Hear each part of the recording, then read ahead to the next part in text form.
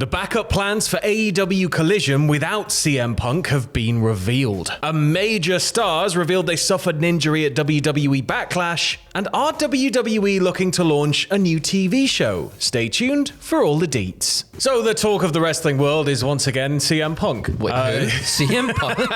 It's all kind of flared up recently. There was talk that he was going to be part of the big Warner Brothers Discovery reveal of AEW Collision, that he was going to be featured there, and then his announced return would kind of be softballed that way, and it would be a very big public deal. But that obviously didn't come to pass. And then there's been sort of stuff leaking out here, there, and everywhere regarding disagreements, that there were done deals, that things have kind of gone back on what was said, and now it's all just back to Drama City. Oh, yeah. So we're looking at a potential launch of AEW Collision without CM Punk, which is, I think, possibly the worst case scenario, given how much has gone into this show. And according to the Wrestling Observer's Dave Meltzer, AEW does currently have the United Center in Chicago booked for the debut episode of AEW Collision. However, this is contingent on CM Punk returning to the company to appear on the show. If they were to go to Chicago without Punk, one would think they would be... I think the only way to put it would be eviscerated. It's not going to be good. No, it's like you're talking possibly the most rabid crowd. They would hijack the show, no doubt. Antagonistic. Yeah. You know the big whole if Cena wins, Cena wins, we riot. It'd just be the riots without the riot. That's it. Full stop. He said, in such case that relations deteriorate and he doesn't return, Daly's place is apparently the backup, which I think makes sense. It does feel a little bit like let's run away. Far away get the hell out of there. But at the same time, it's, as you said, is it worth sticking to the original plan, going to the venue, doing the whole, how can you spin it other than the Stone Cold taking his ball and gone home? And it's very condescending, I guess, to do that. I feel like the only way they can navigate that is if they do it in Chicago, you send MJF out there and just literally address the fact that he's not here, and do the whole sort of like, you can even, if they think they can mend it a little, then you don't do something like that. But it's tough. Going to Daly's place, I feel like, is a step down compared to the United Center in terms of going, here's our new show. It's AEW's like home venue though, I guess, isn't it? Yeah. It became that over lockdown, and it's always going to have that special place with AEW as a company, I feel, and AEW's fan base. I think Daly's place is going to be just tied to the company, I think, because of that. So it's sort of going out of a very hostile environment to a potentially positive one, but do you still think people aren't going to try and hijack the show at Daly's place? I mean, that's the thing. People know that CM Punk has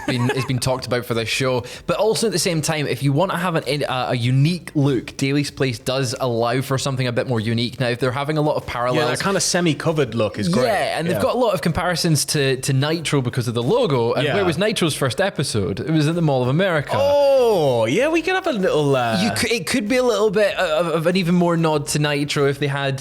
just a unique venue to launch in, exactly, rather than just an arena. But we'll stay tuned to that I really one. want they've taken the Nitro staging. Kenny McIntosh put out a tweet where it was like, imagine this was the set with the Nitro set. But I think just on like a parallel level, it needs to have that unique feel. That's one thing I'm really hoping for with Collision, is that it's got that separation, because while Thunder was kind of crap, it really was. But it had that very unique look compared to Nitro, and I think having the separate look maybe will sort of help keep it feeling separate as a brand. But to get back on point, to go over to the Pro Wrestling Torch, Wade Keller was discussing backstage opinion of CM Punk in AEW, and he said, I am consistently told by multiple people in AEW in various roles and of various ages and experience levels, wrestlers and otherwise, some who have known Punk for many years and others who've just been around him in AEW, that most of AEW's top wrestlers who regularly appear on Dynamite would be relieved if Punk and AEW parted ways. Yeah, you're not surprised. I'm not really surprised there, because we've seen a lot of the talk of the wrestling world has been Punk for the past 8 months. Yeah. And before that, it was Punk's, return and everything that was going on with it, and it's... And every time there's a big announcement, like we saw it, Tony Khan was announcing AEW Collision, and it's this big brand new show, but the talk was CM Punk wasn't involved, or he's not. But then he is, but he might be. Steel and all sorts of stuff like that. So it does... It's not surprising that if CM Punk wasn't there, it seems like the locker room was a little bit happier before he arrived in AEW. I don't want to say that definitively, that's speculation, but... Yeah.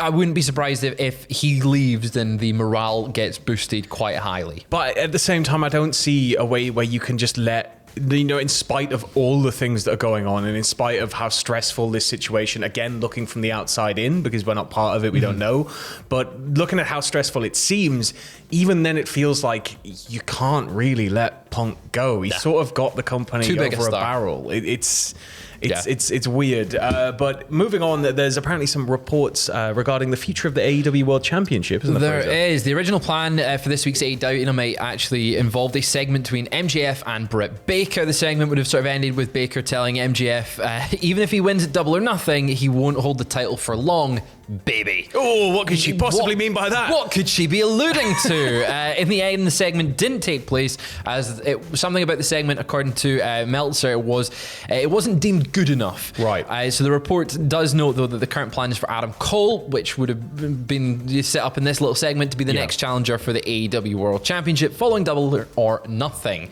Maybe going into Forbidden Door, maybe stretching that all the way out to All In over in. I think a featured appearance at Forbidden Door, given Adam Cole's sort of history with in and around Bullet Club and that kind of, you got to think he's going to have a big position on that card potentially. So yeah, but it could have been scrapped because it kind of makes it obvious that MJF's winning. Nothing. Not that it is 100% obvious that he's winning it anyway, but it kind of allows a little bit more leeway in terms of where to go. But it does look like Adam Cole is going to get that big push going into the summer and having the world title matches. It feels like Adam Cole's very much just sitting at the pass at the restaurant, just in the window, just waiting for that big call up to the table. So he's had the big call up. He's facing Jericho. That's the call up. That's Jericho world title. I know. But when you look at it, I think that Adam Cole is somebody who, had he stayed with WWE, I'd imagine they'd be really trying to put him any big position they could.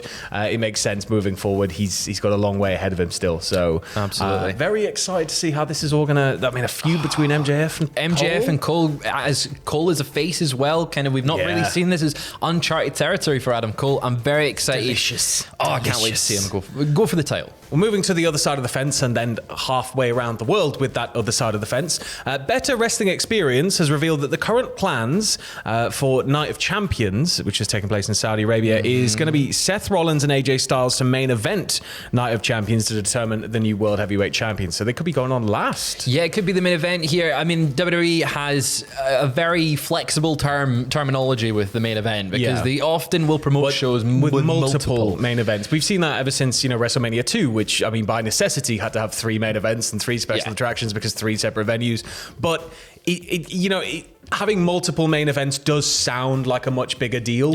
To most wrestling fans, the thing that goes on last will always be the main event. But the idea that there are multiple is quite appealing to maybe lapsed viewers, people who are kind of curious about it. Okay, they're all like, these stars are all of equal size, I guess. That's the thing, when you look at, and as well, sometimes with a UFC card, it's the top card. It's usually the main event. You've got your preliminary card and then you've got your main events. And it does add sort of that element, as you said. It makes them all seem like top stars. So it says here that they're marketing the show to have 3 main events by the looks of it: Rollins versus Styles, Cody versus Brock, and Owens versus Zayn versus Solo Owens and Zayn versus Solo and Reigns.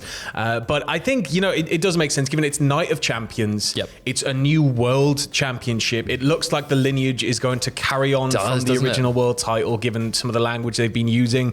It makes sense to have the new championship close out the show. It's the Night of Champions. Exactly. Have them end the big night, and hopefully Seth Rollins walks away with the belt. Fireworks, loads of gold stuff going everywhere. Adds the prestige of the belt instead of going, it's not in the main event because we put Roman there. Yeah, so I think that potentially it could go on last. I think that'd be quite a nice little touch for it.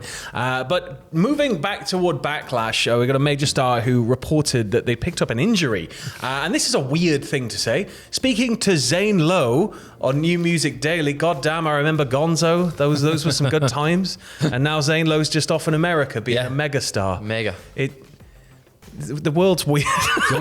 But he was speaking to Bad Bunny about the recent match at Backlash. He said, wow, that was insane. That was really crazy. The people, this is Bad Bunny, by the way, the energy was on another level. It was really one of the biggest and best moments of my life. He continued by saying, I suffered. Yeah, I got hurt. My back, my whole body, bro. My whole body. I felt I was going to die after that match. I really thought I was going to die.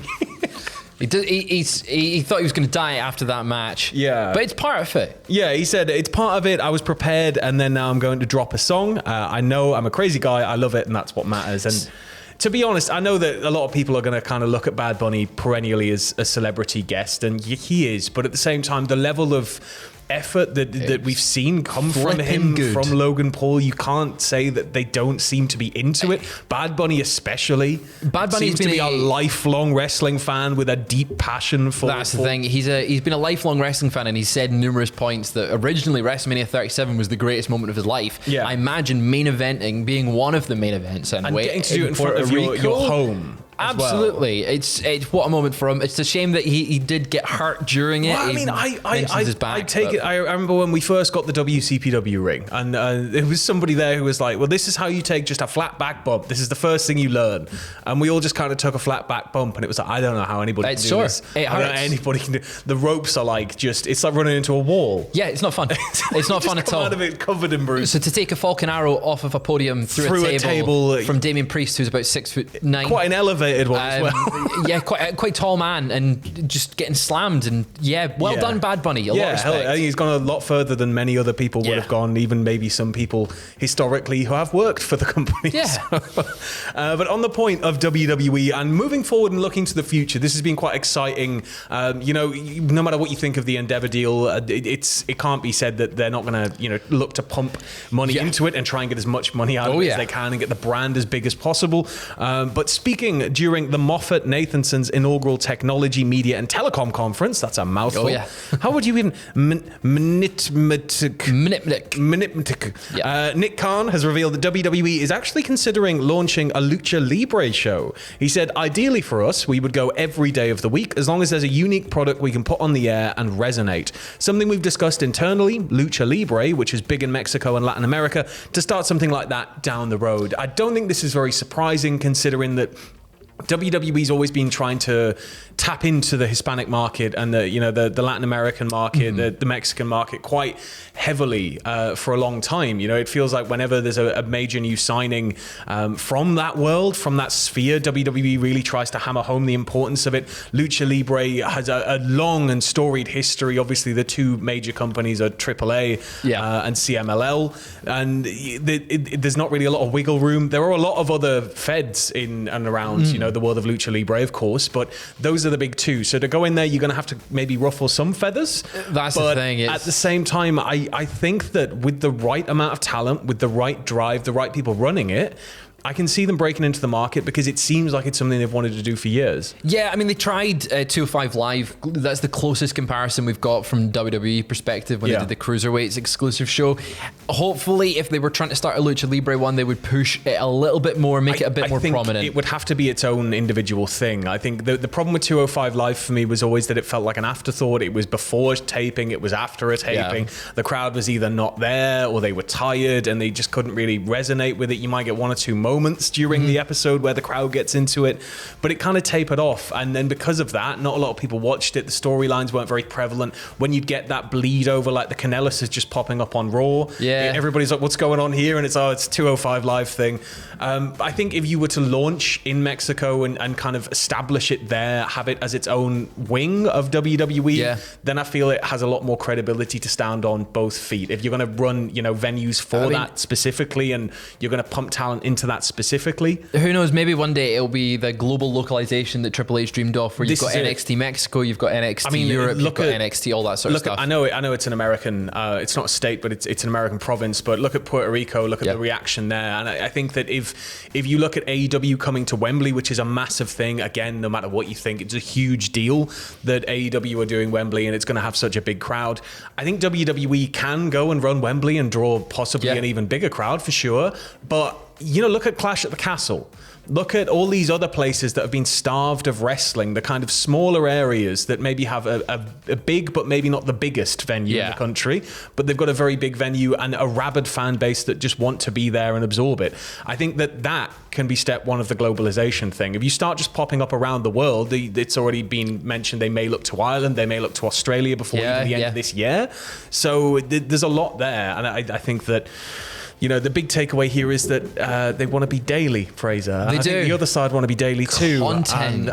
No, they want to go to Daily's place. But you want to sleep, right? Content. Nah, no sleep. No sleep we're for gonna us. have to move to America. It's the only way we're going to be able to do it. Content. Give us the content. But anyway, that's the second lump of lovely weekend wrestling news out the way. We may be back a little bit later with any more news breaks.